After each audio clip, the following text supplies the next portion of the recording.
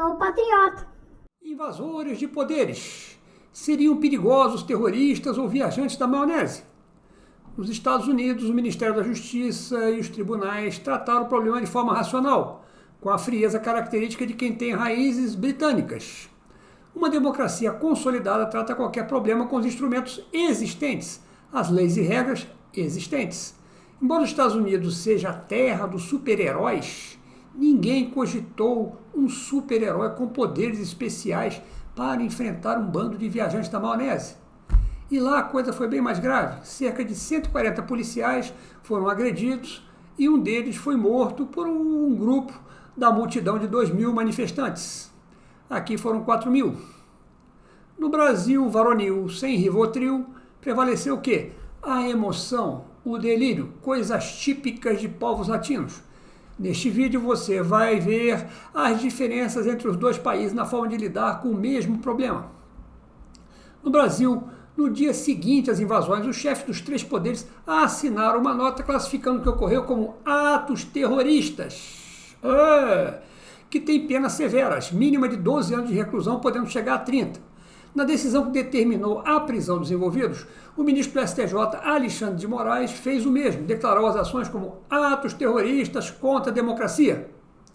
O problema é que a lei antiterrorismo foi feita na época da confusa presidente Dilma. A lei é tão confusa que eu li e não entendi nada, mas vi que foi incluído um artigo específico para evitar que manifestações políticas fossem classificadas como ato de terrorismo. Pelo que está escrito na lei, não tem como enquadrar como terroristas e o Ministério Público já chegou a essa conclusão nos primeiros indiciados. Então, será que a intenção das autoridades era o quê? Era aterrorizar os terroristas? Bem, os Estados Unidos pegaram 1.000 invasores. Nenhum foi acusado de terrorismo. Até janeiro foram sentenciados 357, que pegaram tempo médio de prisão, sabe de quanto tempo? De 22 dias, segundo matéria do Washington Post. Só 8 pegaram penas superiores a 5 anos de prisão e 33 acima de 2 anos. Cerca de 70% pegaram penas leves, inferiores a 2 meses de prisão, a maioria dos quais detenção em casa ou liberdade condicional. Jacob Chansley, aquele chifrudo, réu, símbolo da invasão, foi condenado a 3 anos e 5 meses. Foram acusados de crime grave, sabe quem? Apenas aqueles que cometeram crimes graves, como provocar ferimentos nos guardas ou tentar derrubar o governo, como foi o caso de um pequeno grupo de extrema-direita que produziu provas contra si porque anunciava seus propósitos aos 4 ventos. Nos Estados Unidos, ninguém foi acusado de incitar o outro a fazer alguma coisa. Ninguém foi acusado de pagar o transporte de invasores. Ninguém foi acusado porque escreveu uma mensagem de Zap Zap. Acho que blogueiros e youtubers como eu também não foram incomodados. A justiça americana segue princípios, é baseada em regras. Não fica inventando regras de ocasião, nem muito menos viaja na maionese acreditando que precisa empoderar um super-herói com superpoderes para fazer o que bem entende.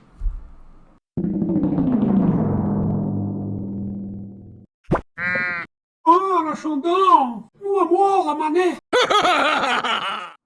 Por aqui, cansei de escutar nossa democracia tão democrática está em risco. Assisti a um vídeo de um jornalista que gastou 20 minutos de um lero-lero tremendo para convencer as pessoas pelo lado emocional. Ele disse que mudou de ideia, que deixou de ser defensor dos direitos consagrados quando é o caso de ameaça à democracia, coisa que justificaria, na opinião dele, empoderar um super-herói para combater a ameaça com rigor. Com rigor como? Pegando até o pipoqueiro que alimentou os acampados? Antes desse papo de salvar a coitadinha da nossa democracia, precisamos saber se ela ainda está viva ou se já morreu e foi enterrada junto com a Lava Jato. Atos antidemocráticos são novidades nos Estados Unidos, mas não no Brasil. Aqui já tivemos coisa mais grave. A Operação Lava Jato acabou chegando a atos antidemocráticos.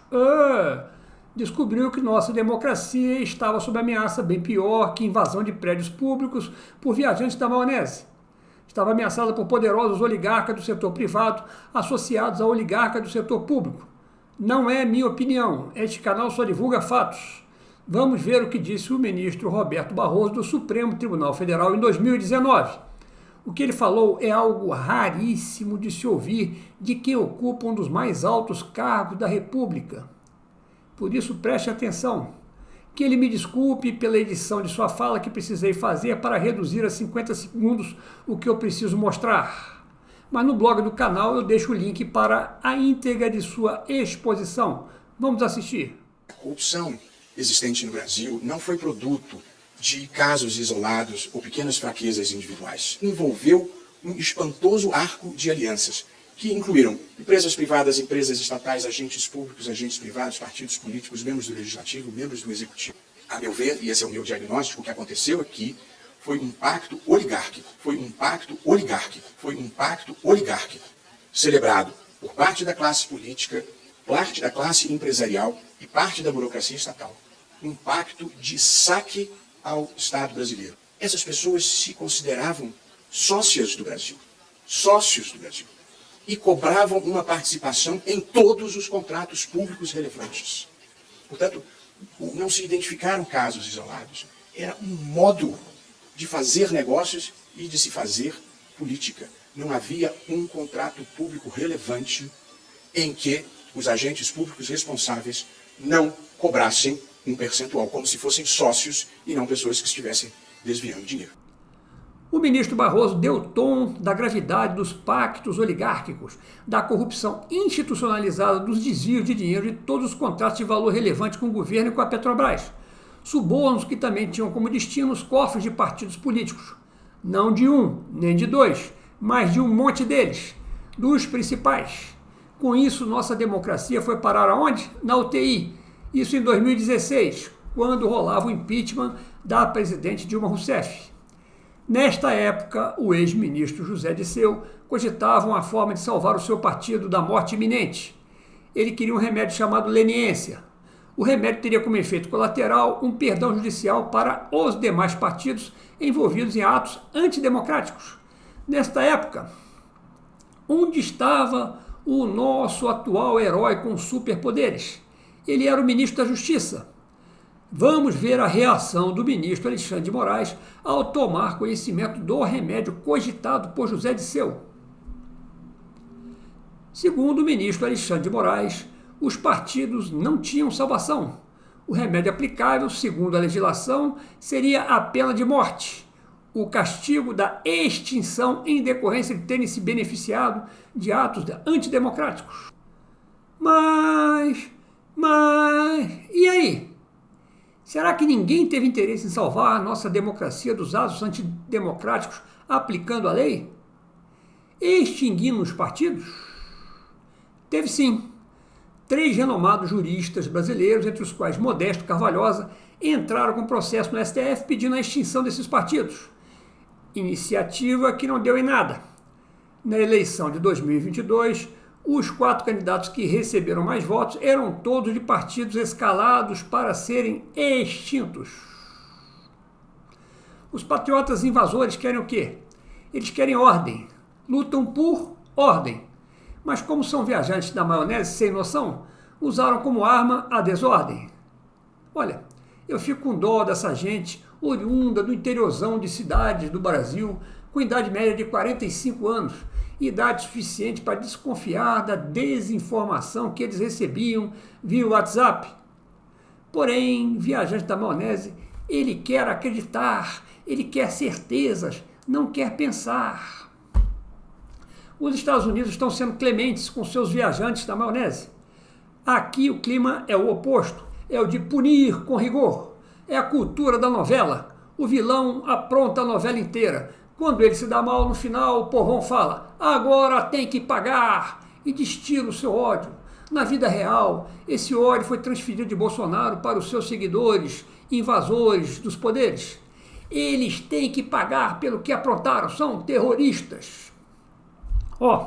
Eu volto a recorrer a uma colocação do ministro Barroso. Prestem atenção. E a naturalização das coisas erradas teve um tal nível de profundidade que um dos próceres do governo anterior produziu a seguinte e espantosa declaração: o Brasil fez opção pelo combate à corrupção, no lugar de combater bandido. Portanto, eles não consideravam que corruptos eram bandidos. Eu não sei exatamente que categoria eles achavam que se inseriam nesse contexto geral. Agora, o foco não é mais nem bandido, nem corrupto. O foco foi parar em cima de quem? Dos pobres coitados, dos viajantes da maionese. Pelo discurso de ódio dos justiceiros, parece que a vontade de aplicar a pena de morte neles. Mas há uma esperança. Essa imagem de fundo aqui atrás é do STF em 15 de janeiro de 2023, o domingo seguinte às invasões, quando fui na esplanada de bicicleta dar uma conferida. O que eu vi? Não notei preocupação com segurança. Ciclistas circulavam livremente, inclusive eu com a mochila nas costas, que não foi revistada. Mas vamos ao motivo da minha esperança. Em frente ao STF, descobri uma coisa importante. Descobri que não pretende usar pena de morte contra os invasores, contra os viajantes da maionese. Pelo menos isso. Vejam o cartaz que está em frente ao STF. Acho que foi dirigido para orientar a polícia militar na ação contra invasores. Reparem bem o que está neste cartaz.